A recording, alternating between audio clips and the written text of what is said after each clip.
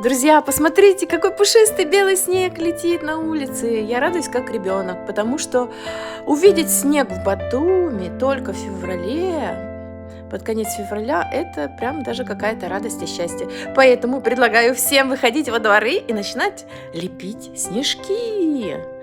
Вот, или снеговики. Так что давайте, не сидите дома. Зима пришла, встречайте зиму. Давайте выходите. Такая прекрасная погода. Одевайтесь только потеплей.